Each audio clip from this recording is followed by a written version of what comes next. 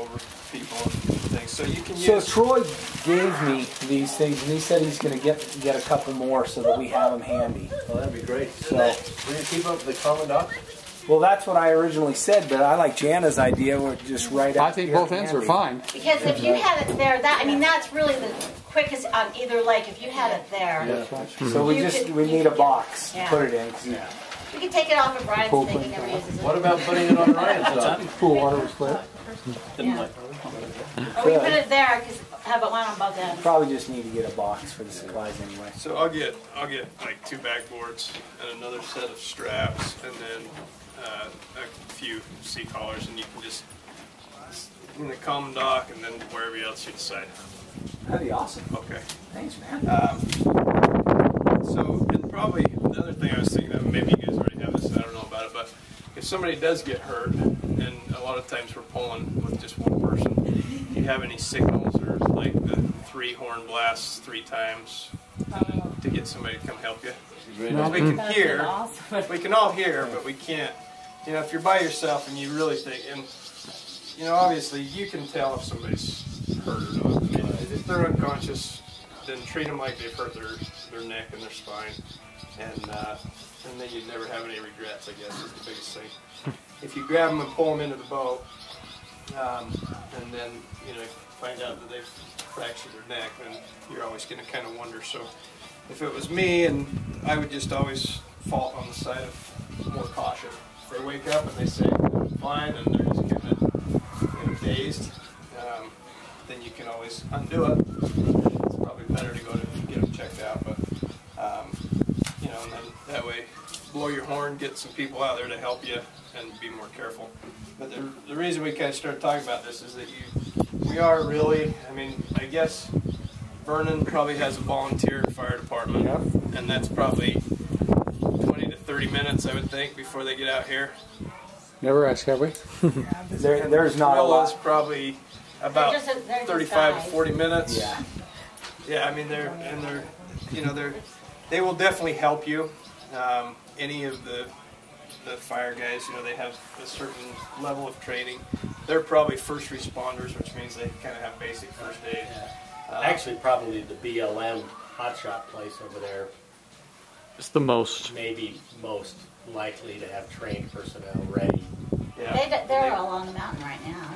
Yeah. They probably have. And the rest of them are out on their farms. Anything that's significant out here gets a helicopter. Yeah. So, and you can call Life Flight or AirMed direct, and they'll fly out, and that's what I would recommend. Will they find us? They will find you. How? If you tell them where you are in relation to Vernon, they will find you, or if you have a GPS coordinates, they'll find you. But the pilots, Express Road. yeah, I mean and that's probably what they'll do. Is if you can tell them, if you can give them the highways, you'll just be talking to their dispatch, and she gives the pilot the same information you give her. But they love GPS because then they can fly Straight line. If they don't have a GPS, a lot of times they will come and kind of find. So does somebody have those coordinates that we can pass around? Well, yeah. I've got a pin drop on my phone, but I don't know if it gives me the coordinates. Well, the other thing I'm thinking about is my dad's not here taking notes, so somebody probably needs to. Oh yes, you mentioned that. Somebody probably. I'm recording. I can't write. We're going to want to keep minutes all tonight, so I don't know if somebody's. I'll do what I can on my notes on my phone. Okay, that sounds good. And then, so what I'm hearing is, you know, on the backboard nearby, something we're going to want to have the direct phone number to Life Flight. Yeah, and you can call. Yeah, you could probably mark it on that. You we can do it with a Sharpie. With a permanent marker on the with thing, a Sharpie, we can write it on somewhere. And always start with 911 first, because well, just so there's not a delay, and that way, you know, if the weather gets really bad or something happens, you know, I mean, if there's a big windstorm or, you know, whatever happens, the chances in the summer of them not being able to fly are not very high. But I would still just call 911, start the regular EMS system going, and that way you'll get at least EMTs heading out this way from probably Tooele or Vernon, whatever. So I hear that Utah's going to be totally digitized for the 911 in 2 years from now. So how is it today? What can we Whatever you do, text it. They can do retraces on your cell phone, but you still just talk to them and they'll ask you a lot of questions. No. This is email or texting. Yeah, I don't know what they have on this side, so I can't answer that question. With ours, we can search anything. Salt Lake City and UFA, they'll get any information, no matter how you do it, as long as it comes into the 911 system. So just keep it off. Because this probably goes through the Provo side dispatch, and so it doesn't mean anything other than I don't know how it works. So start the 911 system, and then have somebody call a helicopter. But the other thing is you don't want to leave somebody in this water, especially this time of year, for 30 minutes, because they'll get hypothermic back pretty quickly when they're just sitting there not moving around. So anything you have, this is obviously the best if we can get some backboards and things, because they're made specifically for that. The other, when they got the kit out, we use the paddleboard. And that works fine. The nice thing about these is you can push them underneath the person, and you don't have to move them at all. So if you want to be a dummy, so this. Now you're getting even with him. You know him real well. So down on the side. does the backboard have any buoyancy, or is it just? They do. Most of them will float a little bit. Okay. And it will kind of. It won't float them totally out of the water. But if they still got a vest on and this on, somebody will stay up. Yeah, it should hold them. And then it's nice with all of our swim decks because in reality you can almost do it by yourself. It would be better with two people, obviously, but you can kind of slide it underneath of them, and I'll show you how to do C-collar, because the biggest thing is and obviously this is if you really suspect that they've taken a hard wipe out and hurt their neck, but you're going to want to make sure you maintain their head as much as you can. Blast your horns, whatever you need to do, get somebody out there to help you. And if you have nothing in your boat and they're bleeding and they're hurt or whatever, then you're going to want to get them up and take care of the bleeding. So just as careful as you can, try to get them up on your swim deck. Don't leave somebody in the water bleeding. Just if they bleed out, it's not going to matter if their neck's hurt, right? So these are really simple, and I'll bring more of them, and you don't even have to really do the adjustments on them, because pretty much 90% of the population is the setting that they're already on, so don't even worry about that. Just pull them out of the bag. You can just flip that, and then you just kind of slide it down, and you'll be doing this in the water. And then it's just when got, you're still in the water, right? Yep. And we'll go through that too. I just want to show you how to use it. And that's all there is to the C-collar. So you're basically you're still going to want to kind of hold it, have somebody kind of maintain their head. You're not pulling on it, you're just keeping them from trying to turn, because they can still move. And all this does is keep it from flexing forward and back. So if they have a small fracture or something in their neck, you're not going to impinge on the nerves. Are you comfortable? Yeah. Considering we just did a neck brace, hey. So if they're on, let's do one on the ground first, just so you can see. But basically, if you've got a couple people, just put this there, and then you'll have somebody maintain their head. And, or if you have stuff, you can. Then we're going to roll him towards you, so you'll grab here, and you just kind of grab his one hand on his hips. And then when I tell you, I'm going to say on 3, and we're just going to tip him up on his side. Okay? So 1, 2, 3 up. And then get this guy. Yep. And then just. And then on the count of 3, we'll roll him down. 1, 2, 3 down. If you're hurt. Yeah. Okay? And then when you need to slide him, you just kind of, you can adjust him. The other way you can do it is the guy at the head. It kind of gets technical, and in the water you're going to be just floating them around. But there's also, all the four-wheelers and stuff, so it's good to have kind of the basics. Now on this board, it has these little head parts that you can tighten up against his head. These will go on the other boards, and basically it's got sticky on one side, and you just stick it on the board beforehand. We'll probably just leave that on there. And then these little foam things just go up against his ears like that to keep his head in line. And then these straps. And if the ambulance does come, they're going to be like, well, Why are we here? who was already here? What's going on? Does this ever happen to you? Somebody knows what they're doing and they've done it? Once in a while, not to this extent because of where we are in the city. You know, we don't have any. You get there We're quick. We're there within 3 to 5 minutes, so you wouldn't have time to do it. But and these just kind of basically lay across them, and they all are pretty self-explanatory. So then they just hook to the side? Yeah, they just hook to the handles. They're just all Velcro, and you just kind of you'll just kind of play with it. It's proof of this hole. Let's turn him upside down. I trust you guys. You're never getting out of there again. I know, that's I'm going to be here at 10 a.m. tomorrow morning. Let's go, everyone, let's go now. Where'd Rick go? Strap it Your on. arms don't strap down. No, if they're unconscious, you can strap them down. I'm just telling you. So Okay, so I can unstrap myself. you can. Okay. And the nice thing about the straps and stuff is because most of the time, if you really do have a head injury or you know they've been unconscious, they're going to throw up at some point.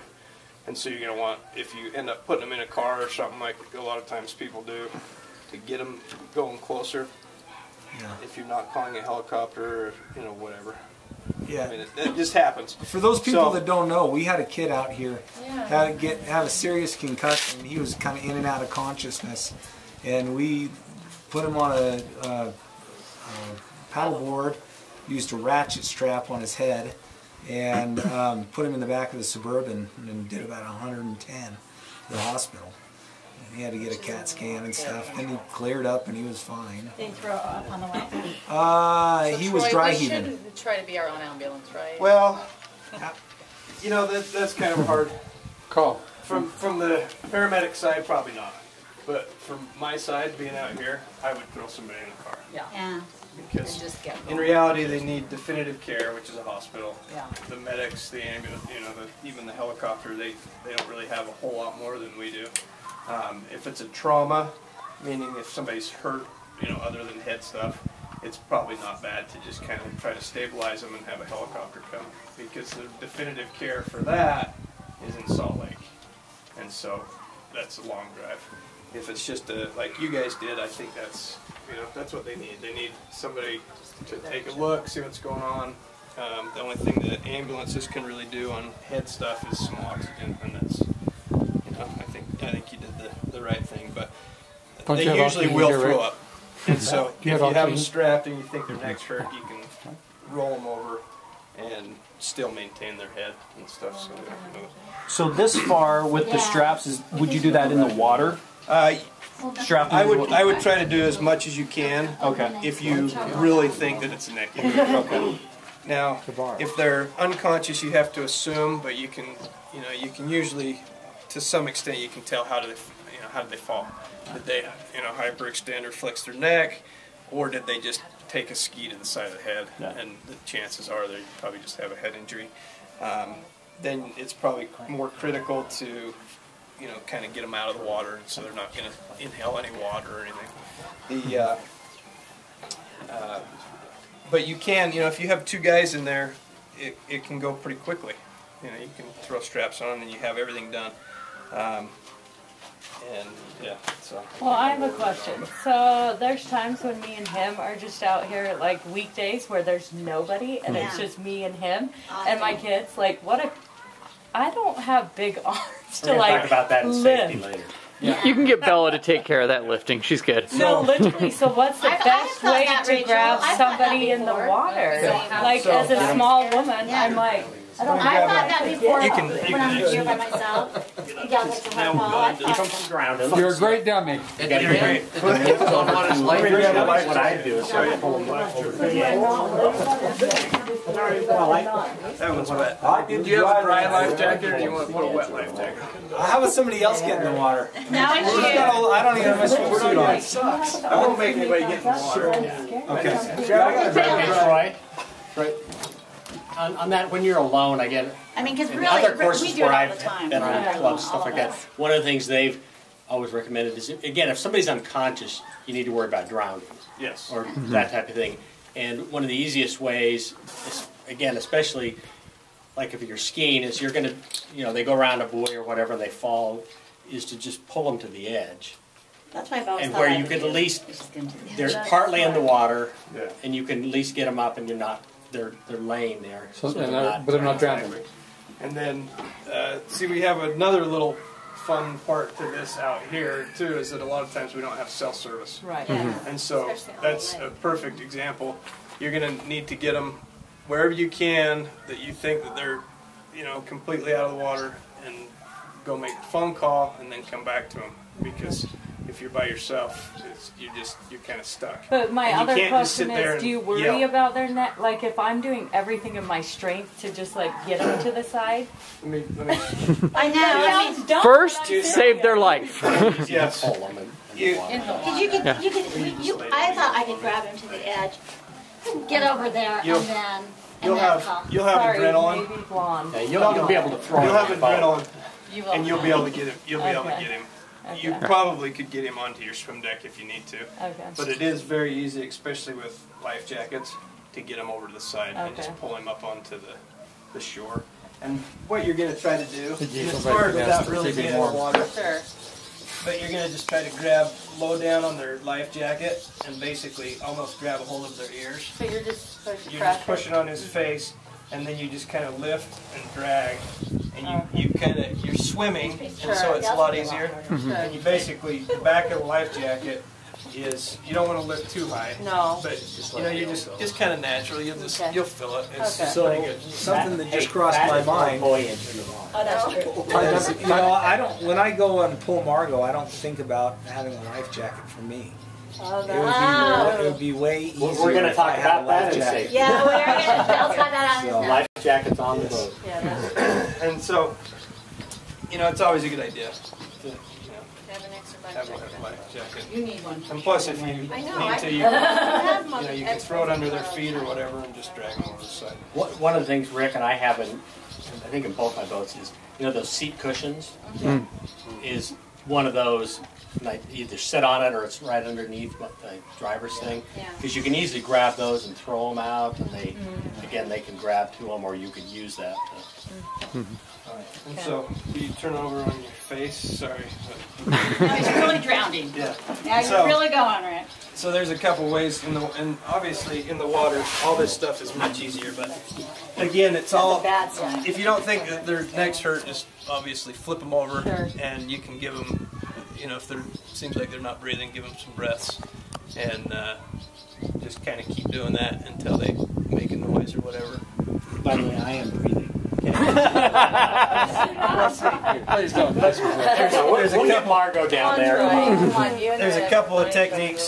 So I would be floating at his height, but you can do it pretty quick just by throwing their arms up like this around their head, and then you can flip them over in the water, and you basically maintain their head like that. And that's an easy one if you have a life jacket. If you don't have a life jacket, you can actually grab him kind of again any way you can, and then you can actually dip underwater, and he'll kind of roll over, and that way you can kind of continue to maintain his head. The arm one's pretty easy because you kind of have control of his whole body, and you don't want his body to twist and not his head. So if you can do the arm one, that's mouth to mouth. The dummy's drawing the line. Dummy just got smart. We'll have video, don't worry. So on that, if they happen to be unconscious and they're face down and it takes you a few seconds to get there, more than likely they probably took a couple breaths of water. So just do mouth to mouth, and if they don't start breathing after probably 10 breaths, you can just start doing CPR. And obviously at that point you're gonna at that point try to get them on the swim deck, anything solid. If you're close to the shore, get them on the shore. Wherever you can do it. And at that point you're still gonna try to be careful with their head, but like you were saying, at that point you just kind of keep going as much as you can, and then make sure somebody's gonna call for you. Again, if you don't have cell service and there really is nobody here,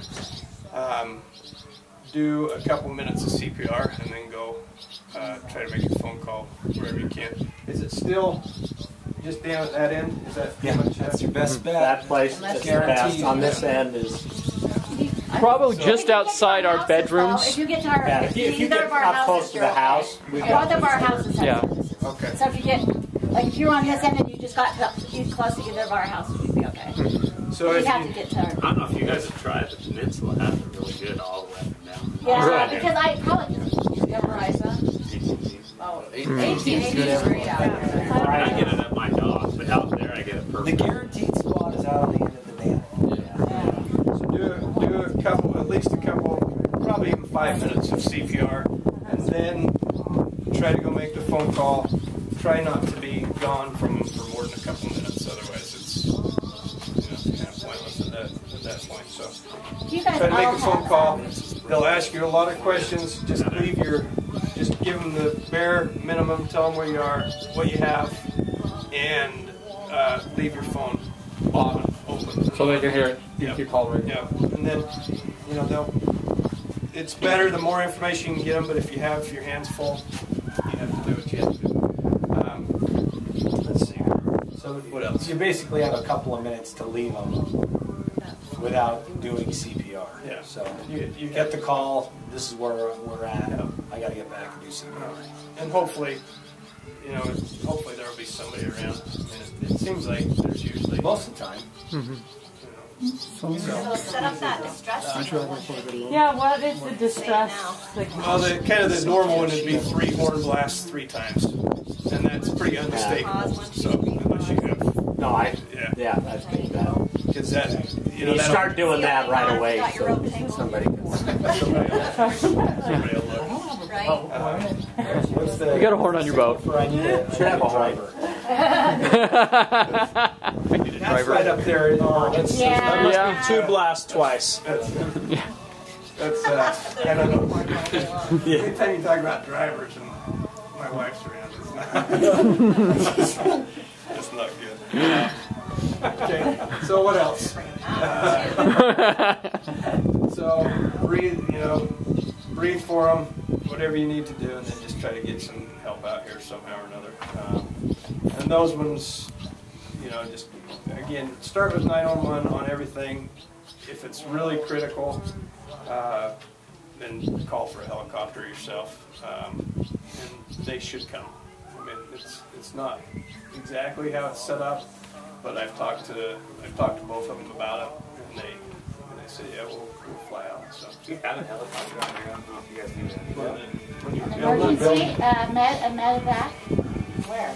And it only took from the time it happened till the helicopter landed. It was like it was a half hour.